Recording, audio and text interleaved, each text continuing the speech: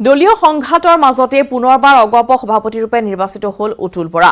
পুনৰ কাৰ্যকৰী সভাপতি পদত কেশৱ মহন্ত। ইয়াৰ পিছতে আমবাৰীত অনুষ্ঠিত হ'ল আবতৰীয়া বিহু।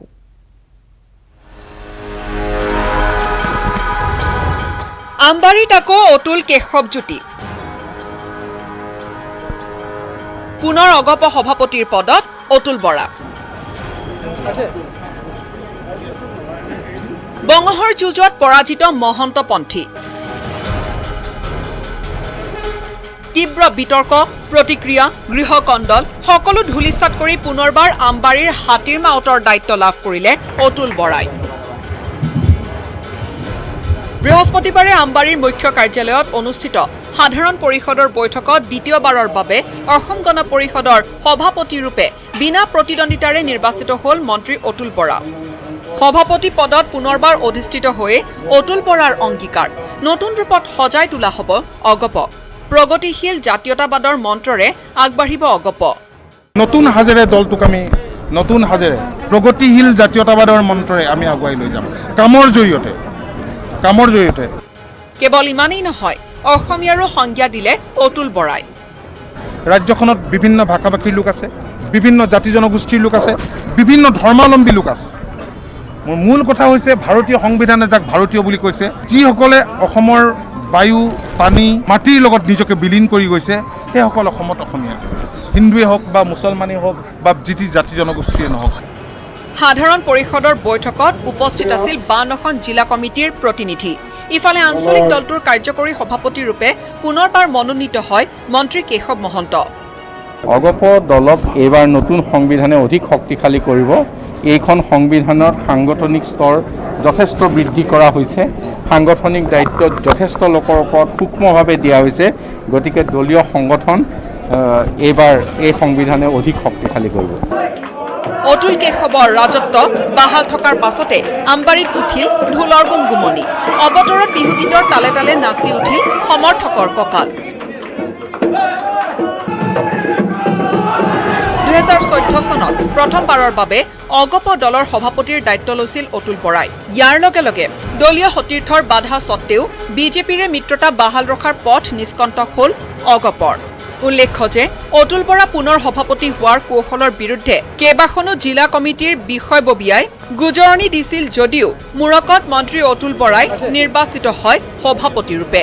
অতুল কেশৱৰ নেতৃত্বতে 2021 নিৰ্বাচনত অৱতীৰ্ণ হ'ব অসম গণ পৰিষদ। কেমেৰা পাৰ্চন নিতুল কৃষ্ণৰ সহযোগত বিপুল বৰ্মনৰ report, news 18 Assam north east.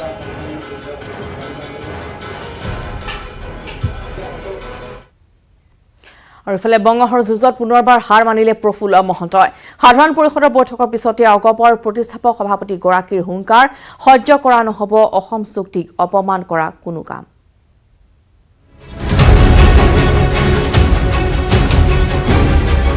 আমবাৰীত প্ৰফুল্ল মহন্তৰ গৰ্জন, অসম চুক্তিক অপমান কৰিলে সহ্য নকৰোঁ। নিজৰ স্থিতিত অবিচল মহন্ত। অগপৰ সাধাৰণ পৰিষদৰ বৈঠকক অবৈধ আখ্যা। অগপ নেতৃত্বৰ বিৰুদ্ধে নিৰ্দিষ্ট দূৰত্বত অৱস্থান কৰি প্ৰতিষ্ঠাপক সভাপতি প্ৰফুল্ল মহন্তই চূড়ান্ত ক্ষোভ উজাৰি থাকোঁতেই পুনৰ অগপ সভাপতিৰূপে নিৰ্বাচিত হ'ল অতুল বৰা। বৃহস্পতিবাৰে অগপৰ কেন্দ্ৰীয় সাধাৰণ পৰিষদৰ বৈঠকৰ পাছতহে আমবাৰীত উপস্থিত হ'ল প্ৰাক্তন মুখ্যমন্ত্ৰীগৰাকী। হাতত ছেছন আদালতৰ স্থগিতাদেশৰ প্ৰতিলিপি।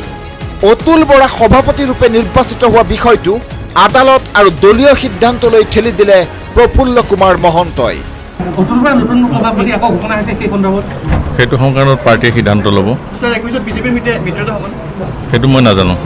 বিগত 4 বছৰে অগপ নেতৃত্বৰ বিৰুদ্ধে তীব্ৰ ক্ষোভ প্ৰকাশ কৰি আহিছে প্ৰফুল্ল কুমাৰ মহন্তই। কিন্তু তাৰ পাছতো মহন্তক গুৰুত্বহীন কৰি ইটোৰ পিছত সিটো সিদ্ধান্ত গ্ৰহণ কৰিছে অতুল বৰাপন্থীয়ে। আদালতৰ নিষেধাজ্ঞাৰ ওপৰত সকলো এৰি দি অগপৰ বিদ্ৰোহী বিধায়ক প্ৰবীন্দ্ৰ ডেকা আৰু প্ৰাক্তন মন্ত্ৰী তথা অসম গণ পৰিষদ দলৰ জ্যেষ্ঠ নেতা গুণীন হাজৰিকাৰ ক্ষোভ। আমি গণতন্ত্ৰত বিশ্বাসী বা গণতান্ত্ৰিকভাৱে আমি দল গঠন কৰিছোঁ বা বৰ্তমান পৃথিৱীৰ প্ৰায়বোৰ দেশত গণতান্ত্ৰিক ব্যৱস্থাৰে শাসনভাৰ চলি আছে। শংকৰীয় গণতন্ত্ৰ চলি আছে। আমি শংকৰীয় গণতন্ত্ৰৰ অংশীদাৰ, গতিকে আমি এইটো গণতন্ত্ৰৰ মানে এই তৃতীয় যিটো আমাৰ স্তম্ভ ন্যায়পালিকা, এই ন্যায়পালিকা আমি সন্মান কৰা উচিত। অনৈতিক অনিয়ম কাম কৰিলে তেওঁলোকে আদালতে এটা হুকুম দিছিল, সেই হুকুমটো তেওঁলোকে মনা নাই আৰু নপতাকৈ মিটিংখন পাতিছে। আদালতে এই কথাটো স্পষ্টভাৱে কৈছে যে মিটিংখন অবৈধ, মিটিংখন যিটো সময়ত আহ্বান কৰিব লাগিছিল সেইটো সময়ত কৰা নাই। ইফালে ৰহস্যজনকভাৱে অগপ নেতৃত্বৰ হাতত নপৰিল ছেছন আদালতৰ স্থগিতাদেশৰ প্ৰতিলিপি। উল্লেখ্য যে নাগৰিকত্ব সংশোধনী আইনৰ সমৰ্থক বিজেপিৰ সৈতে মিত্ৰতাৰ বাবেই অগপত দীৰ্ঘদিনে অব্যাহত আছে প্ৰচণ্ড গৃহকণ্ডল। এনে পৰিস্থিতিত অগপ সভাপতিৰ চকীত পুনৰ অতুল বৰা অধিষ্ঠিত হোৱাৰ পাছত মহন্তপন্থীয়ে কি স্থিতি লয় সেয়া হ'ব লক্ষণীয়। ইতিমধ্যে প্ৰফুল্ল কুমাৰ মহন্তই নিজাববীয়াকৈ বৈঠক অনুষ্ঠিত কৰি সৃষ্টি কৰিছে অন্য এক বিতৰ্কৰ।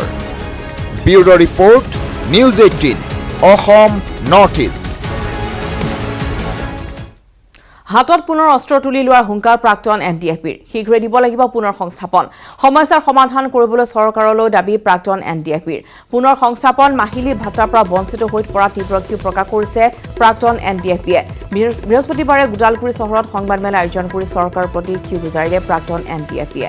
সংগঠনটোৰ প্ৰাকৃতিক আৰু কৃষি বিভাগৰ সচিব কমল বসুমতাৰীয়ে সংবাদমেলত অংশগ্ৰহণ কৰি সংগঠনটোৰ প্ৰাক্তন উপ মুখ্য সেনাধ্যক্ষ ৰাজু বসুমতাৰীয়ে চৰকাৰৰ বিৰুদ্ধে প্ৰকাশ কৰি চৰকাৰে সোনকালে সমস্যাৰ সমাধান নকৰিলে হাতত অস্ত্ৰ তুলি লোৱাৰ ভাবুকি প্ৰদান কৰে। हमारे एक्स एनडीबी केटार कारण सरकारे रिहेबिलिटेशन कारण ভাল একটা পুনৰ সংস্থাপন দিম বুলি কথা দিছিলে, কিন্তু আজিলৈকে এইটো কথা ফুলফিল হোৱা নাই। আচল কথাটো হ'ল কি, ৰিহেবিলিটেশ্যন কথাটো বাদেই দিয়ক, তো আমি যে 2013 পৰা যেনেকৈ 6,000 টকাকৈ ষ্টেপেণ্ড পাই থাকে, এইটোও মানে আমাৰ মাজত কিছুমানে পায় কিছুমানে নাপায়। এই চিষ্টেমটো আমাৰ 27 জানুৱাৰীলৈকে হৈ আছিলে। হৈ যোৱাৰ পিছত যেনেকৈ আমি ডিছবেণ্ড কৰাৰ পিছত যেনেকৈ IGP SB ব্ৰাঞ্চৰ হিৰনাথ ডাঙৰীয়াৰ লগত যেতিয়া আমাৰ ছাৰহঁতে আলোচনা কৰিছিলে, আলোচনা কৰা টাইমত কৈছিলে যে আপোনাৰ ল'ৰাকেইটাৰ কাৰণে পুনৰ সংস্থাপনৰ কথাটো থাকিব। তাত থকাৰ পিছতো 6,000কৈ যি ষ্টেপেণ্ড দি আছিলে, এইটো 3 বছৰ ভাল থাকিব বুলি তেওঁলোকে কৈছিলে। এই কথাটো কোৱা মতে আমাৰ যি আগৰ পৰাই যি আধা অংশ 6,000 ষ্টেপেণ্ডটো পোৱা নাই, সেই বস্তুটো নোপোৱাৰ কাৰণে আমি বহুতবাৰ আলোচনা কৰিলোঁ, কৰাৰ পিছতো আজিলৈকে এইটো হোৱা নাই। পিছত BTR যেতিয়া একৰ্ড হোৱাৰ পিছত মাৰ্চৰ 2 তাৰিখে আমাৰ 4 মাহৰ কাৰণে দৰমহা সোমাই দিলে 6,000কৈ। তাৰপিছতো আধা থাকি গ'ল, ইয়াতো বাকীকেইটা আগত যেনেকৈ সোমাইছিলে এই সোমালে পিছত থাকি গ'ল। তাৰপিছত 5 মাহ গেপছ থাকি আগষ্টৰ 15 তাৰিখে আৰু সোমাই দিলে 6,000কৈ 3 মাহৰ কাৰণে, তাতো এই আধাটো থাকিলে। মই এইটোৱে সুধিব বিচাৰিছোঁ চৰকাৰক, চৰকাৰে বাৰু আমাক XNDP কেডাৰকেইটাক নিজৰ মাজত ভাতৃঘাতী সংগ্ৰহ কৰিবলৈ চেষ্টা কৰিছে নেকি, এইটোৱে আমি কুৱেশ্যন কৰিব বিচাৰোঁ। কিয়নো আমাৰ মাজতে আধা সোমায় আধা নোসোমায়, এইটো নিশ্চয় কিবা এটা সন্দেহ থাকিব। ৰহাৰ দেওবালীত প্ৰফুল্ল দাস নামৰ লোকজনৰ হত্যাকাণ্ডৰ ঘটনাৰ উত্তেজনা অব্যাহত আছে। বৃহস্পতিবাৰে বিয়লি প্ৰফুল্লৰ মৃতদেহ দেওবালীলৈ অনাৰ লগে লগে উত্তপ্ত হৈ পৰিছে অঞ্চলটো।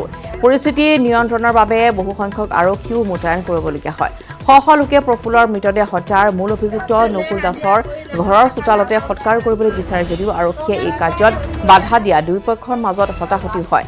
ৰাইজে বহু সময় ধৰি পথৰ ওপৰতে মৃতদেহ লৈ নিজৰ স্থিতিত অটল হৈ থাকে। পিছত নগাঁও জিলাৰ অতিৰিক্ত আৰক্ষী অধীক্ষক ঘটনাস্থলীত উপস্থিত হৈ ৰাইজৰ লগত আলোচনাৰ অন্তত পৰিস্থিতি ক্ষান্ত হয়। উল্লেখযোগ্য যে পাবলগীয়া 200 টকা বিচৰাৰ বাবে বুধবাৰে নকুল দাস, মলৌ দাস আৰু মৃণাল দাস নামৰ 3 অভিযুক্তই প্ৰফুল্লক উপৰ্যুপৰি প্ৰহাৰ কৰি গুৰুতৰভাৱে আহত কৰিছিল। পৰৱৰ্তী সময়ত বৃহস্পতিবাৰে GMCHত মৃত্যু হৈছিল প্ৰফুল্ল দাসৰ। 4টামান বজাৰ পৰা 5টা বজাত মাৰধৰ হৈ গৈছে। মাৰধৰ হৈ পেলাই আৰু ডক্টৰৰ ওচৰত নিছে, নি কৰি লৈ আৰু ডক্টৰে ক'লে যে নগাঁৱলৈ লৈ যাম। নগাঁৱত নিয়ালে মানে আৰু তেওঁ মানে আশা কমিল। মাৰপিট কি কাৰণে হৈছিলে? মাৰপিট মানে সিহঁতৰ 200 টকা এটা কাৰণে, 200 টকাটো যিকেইটাই মাৰিছে সিহঁতে পায় বোলে। গম পাইছেনে? প্ৰফুল্ল নামৰ লোকজনৰ পৰা পইচাটো পায় তেওঁ পইচাটো মানে সিহঁতে মানে এতিয়া মানে প্ৰফুল্লক দিব লাগে, সিহঁত সুধিলে সোধাৰ কাৰণে দুখী হ'ল। ঘটনাটো ক'ত হৈছিলে? দলঙৰ মাজত মানে মাৰপিট কোনে কৰিছিলে? মাৰপিট নকুল। গহপুৰত এতিয়া ৰাজনীতিৰ গৰম বতাহ। এফালে যদি আৰম্ভ হৈছে গহপুৰত কংগ্ৰেছৰ খহনীয়া, আনফালে বিধায়ক উৎপল বৰাৰ ৰিপৰ্ট কাৰ্ড বেয়া বুলি গম পোৱাৰ পিছতেই বিধায়কৰ কেইবাজনো শুৱেবাৰে থকা সতীৰ্থৰ মাজত টিকট কোনে আনিব তাৰ প্ৰতিযোগিতা চলিছে। তাৰ মাজতে বিজেপিক গহপুৰৰ পৰা উৎখাত কৰিবলৈ কঁকালত টঙালি বান্ধিছে আম আদমী পাৰ্টীয়ে।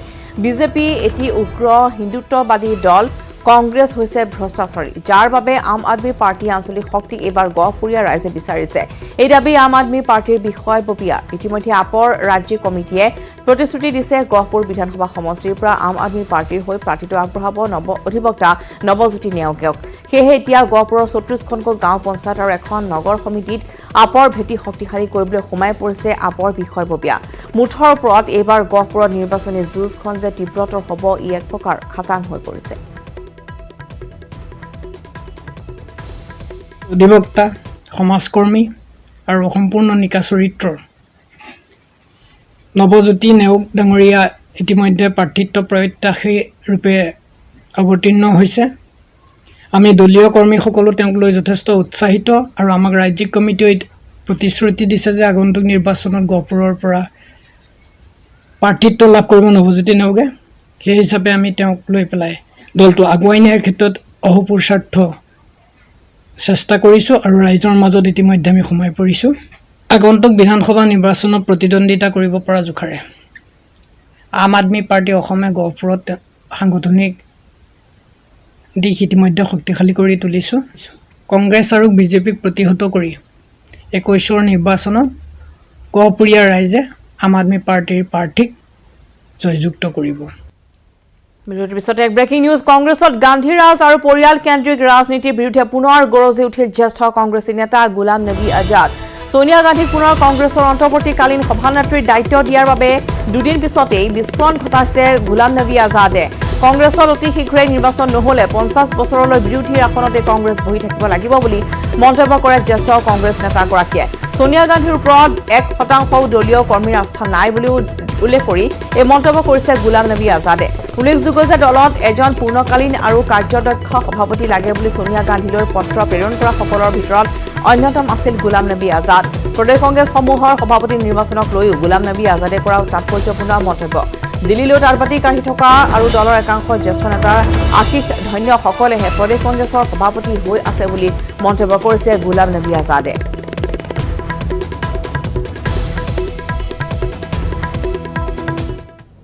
जिसको कांग्रेस में इतनी बड़ा जरा भी रुचि हो वो तो स्वागत करेगा इस चीज का कि हमने क्या कहा। हमने कहा है प्रदेश प्रेसिडेंट जो है इलेक्टेड होना चाहिए, डिस्ट्रिक्ट प्रेसिडेंट इलेक्टेड होना चाहिए, ब्लॉक प्रेसिडेंट इलेक्टेड होना चाहिए, कांग्रेस वर्किंग कमेटी इलेक्टेड होनी चाहिए। इलेक्टेड होने का एक ये फायदा होता है कि जब आप इलेक्शन लड़ते हो तो 51% तो कांग्रेस पार्टी के आपके साथ होती है, 2 या 3 लोगों के बीच में आपका with in the party election होता है। तो जीतेगा वही जिसको 51%, 51% वोट आएंगे, दूसरे को कहीं 15 आएंगे, तीसरे को 10 आएंगे। तो जब वो प्रेसिडेंट जीत गया और चार्ज संभालेगा तो कम से कम 51% पार्टी के लोग तो उसके साथ हैं। और जो दूसरे नंबर 2, 3, 4 हैं जिनको 30 या 15 या 10 आए, वो भी सोच रहे हैं कि भाई हमें कांग्रेस को मजबूत करना होगा, अगली दफा के लिए मैं मेहनत ज्यादा करूंगा और मैं जीत जाऊंगा।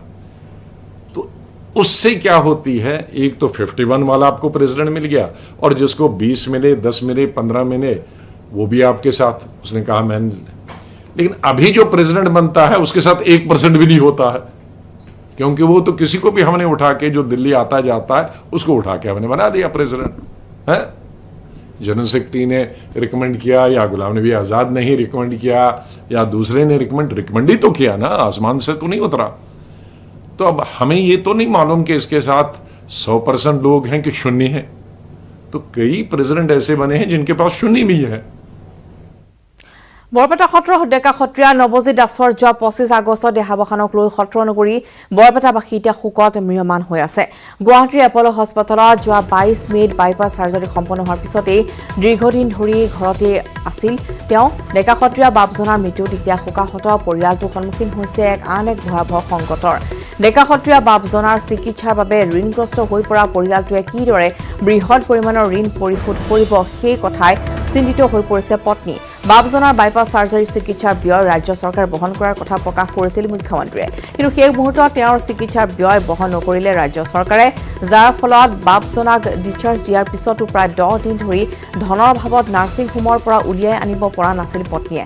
অৱশেষত ৰাজ্য চৰকাৰৰ পৰা সহায়ৰ কোনো আশা নেদেখি বাপজনাৰ পত্নীয়ে বিভিন্নজনৰ পৰা ধাৰ ঋণ লৈ নাৰ্ছিং হোমৰ পৰা ৰিলিজ কৰি উলিয়াই আনিছে তেওঁক। ডেকা সত্ৰীয়াৰ মৃত্যুৰ পিছত বাপজনাৰ চিকিৎসাৰ বাবে ঋণগ্ৰস্ত হৈ পৰা পৰিয়ালটোক উদ্ধাৰৰ বাবে চৰকাৰে ব্যৱস্থা ল'বনে? লগতে সত্ৰীয়া সাধকগৰাকীৰ প্ৰতি শ্ৰদ্ধা নিবেদনেৰে বাপজনাৰ পৰিয়ালক শিল্পী পেঞ্চন দিবলৈও চৰকাৰলৈ আহ্বান জনাইছে পৰিয়ালটিয়ে।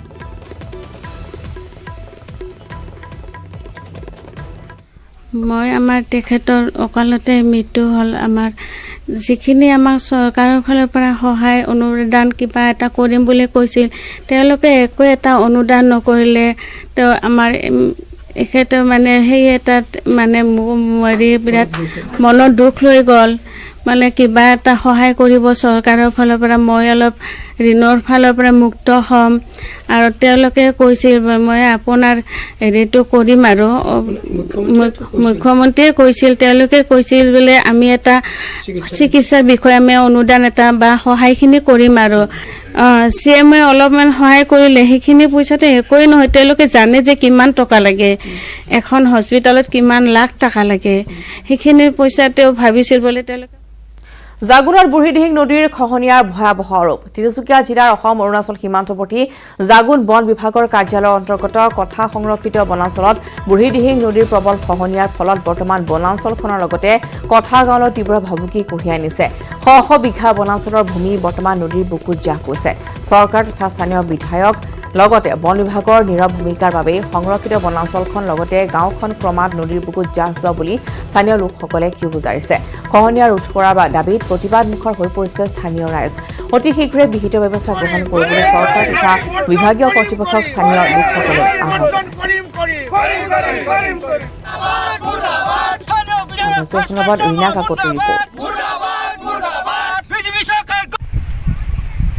বুঢ়ীদিহিং নৈ গৰাখহনীয়াই এক ভয়াৱহ ৰূপ ধাৰণ কৰিছে জাগুন অঞ্চলৰ কথাচেমা গাঁৱত। আৰু মই এতিয়া উপস্থিত আছোঁ এই বুঢ়ীদিহিং নৈৰ ঘাটত, য'ত দেখা গৈছে যে গৰাখহনীয়াই এক কাল ৰূপ ধাৰণ কৰিছে। সমগ্ৰ গাঁওখনৰ আধা অংশ যিহেতু গৰাখহনীয়াৰ কবলত পৰিছে, প্ৰায় গাঁওখন নিশেষ হ'বলৈ গৈছে। গাঁৱৰ যিহেতু খেতি বাতি সকলোখিনি প্ৰায় বুৰ গৈছে এই বুঢ়ীদিহিং নৈৰ বুকুত। এই গাঁওখনৰ নিচেই কাষতে যি গৰাখহনীয়া, নিচেই কাষতে দেখা গৈছে এখন যিটো কণ কণ ছাত্ৰ ছাত্ৰীসকলে শিক্ষা গ্ৰহণ কৰা এখন বিদ্যালয় আছে। আৰু এই গৰাখহনীয়াই অতি শীঘ্ৰে এই বিদ্যালয়খনো যে গৰাখহনীয়াৰ কবলত নপৰিব তাৰ কোনো নিশ্চয়তা নাই। সমগ্ৰ পৰিৱেশ অতি দুখ লগা। যিহেতু ইয়াৰ যিসকল গাঁৱৰ বাসিন্দা, এই লোকসকলে এনেদৰে আজি বছৰ বছৰ ধৰি গৰাখহনীয়াৰ কবলত পৰি আছে। বহু তেওঁলোকে আবেদন নিবেদন জনাইছিল চৰকাৰ তথা বিধায়কক, কিন্তু আজিলৈকে কোনো ধৰণৰ পদক্ষেপ গ্ৰহণ নকৰাৰ অভিযোগ উত্থাপিত হৈছে। যিহেতু তেওঁলোক প্ৰতিবাদমুখৰ হৈ পৰিছে। আজি এই গৰাখহনীয়া এই বুঢ়ীদিহিং নৈৰ কাষতে তেওঁলোকে প্ৰতিবাদমুখৰ হৈ পৰিছে। কি ক'ব আপুনি স্থানীয় বাসিন্দা হিচাপে? মই সৰ্বপ্ৰথমে আপোনালোকৰ নিউজ চেনেলক ধন্যবাদ জ্ঞাপন কৰিছোঁ। আমাৰ প্ৰতি বছৰে বাৰিষা সময়ত এনেকেই ভূমি স্খলন হৈ অৰ্থাৎ নদীৰ বুকুত যা গৈছে শ শ বিঘা মাটি। সেয়েহে আমাৰ স্থানীয় বিধায়ক ভাস্কৰ শৰ্মা দেৱক অনুৰোধ জনাইছোঁ। আৰু আমি আজি এই প্ৰতিবাদ মুখৰ হৈ ৰাইজে একত্ৰিত হৈ আমি এই গৰাখহনীয়াৰ প্ৰতিৰোধ কৰিবৰ বাবে আমি এই পদক্ষেপ হাতত লৈছোঁ। আৰু আমাৰ ইয়াত নিচেই কাষতে লাগি থকা কথাচেমা প্ৰাথমিক বিদ্যালয়খন প্ৰায় যাওঁ যাওঁ অৱস্থা। সেয়েহে চৰকাৰে এই সমস্যাসমূহ সমাধান কৰি দিব বুলি আমি চৰকাৰৰ প্ৰতি আস্থা আৰু নিষ্ঠাৰে বাট চাই থাকিলোঁ। সেয়েহে আজি অত বছৰে কংগ্ৰেছ চৰকাৰ 15টা বছৰ ৰাজত্ব কৰি আমাৰ এই উন্নয়নৰ কাম অৰ্থাৎ আমি গৰাখহনীয়াৰ প্ৰতিৰোধ কৰিবৰ বাবে চৰকাৰক বাৰম্বাৰ আবেদন জনোৱাৰ সত্ত্বেও এই আমাৰ আজি বিজেপি চৰকাৰ অহাৰ পাছতো সেইখিনি সমাধান নহ'ল। সেয়েহে আমাৰ স্থানীয় বিধায়ক ভাস্কৰ শৰ্মাদেৱক এই গৰাখহনীয়াৰ প্ৰতি অলপমান মনোযোগ দি এই ৰাজসমূহক বচাবৰ বাবে অৰ্থাৎ জাতিৰ মাটি ভীতি বচাবৰ বাবে তেখেতক অনুৰোধ জনালোঁ। দেশত দৈনিক ভয়ংকৰভাৱে বৃদ্ধি কৰোনা আক্ৰান্তৰ সংখ্যা 33,87,500 জনলৈ বৃদ্ধি কৰোনা আক্ৰান্তৰ সংখ্যা। এদিনতে সৰ্বাধিক 77,266 জন আক্ৰান্ত হৈছে। বৰ্তমানলৈ কৰোনাই প্ৰাণ ল'লে 61,529 জনৰ। বিগত 24 ঘণ্টাত 1,057 জন কৰোনাত মৃত্যু হৈছে। 7,42,023 জনলৈ বৰ্তমান চিকিৎসাধীন হৈ আছে কৰোনা আক্ৰান্তৰ সংখ্যা। পুনৰ জনাইছো যে দৈনিক ভয়ংকৰ ৰূপত সমগ্ৰ দেশজুৰি কৰোনা আক্ৰান্তৰ সংখ্যা বৃদ্ধি পাই আছে। 33,87,500 জনলৈ বৃদ্ধি পাইছে আক্ৰান্তৰ সংখ্যা। এদিনতে সৰ্বাধিক 77,266 জন আক্ৰান্ত। বৰ্তমানলৈ কৰোনাই প্ৰাণ ল'লে 61,529 জনৰ। বিগত 24 ঘণ্টাত 1,057 জন কৰোনাত আক্ৰান্ত। 7,42,023 জন চিকিৎসাধীন হৈ আছে।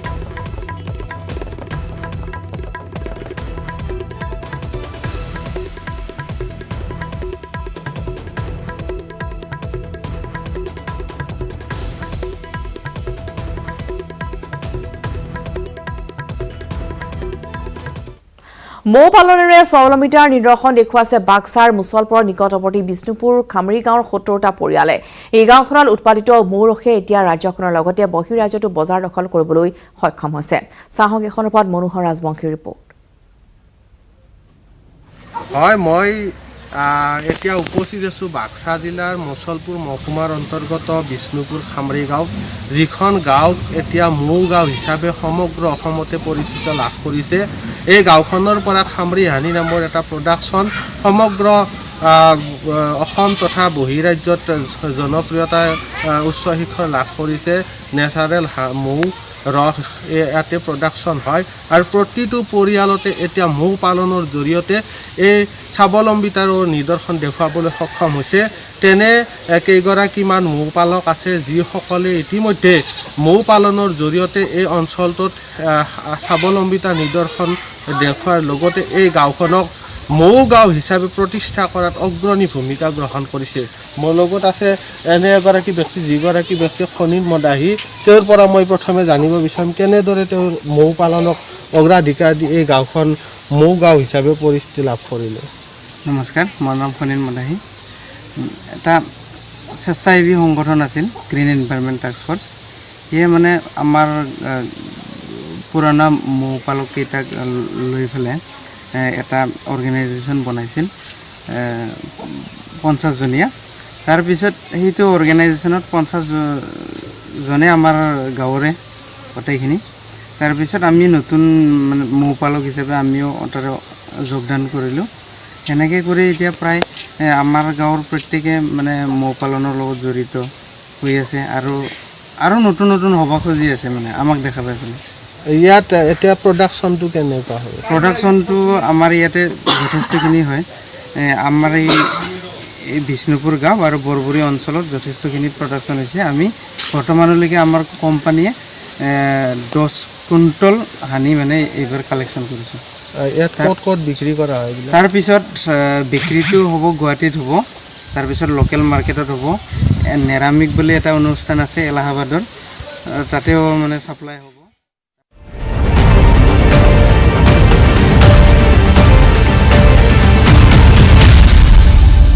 News headline.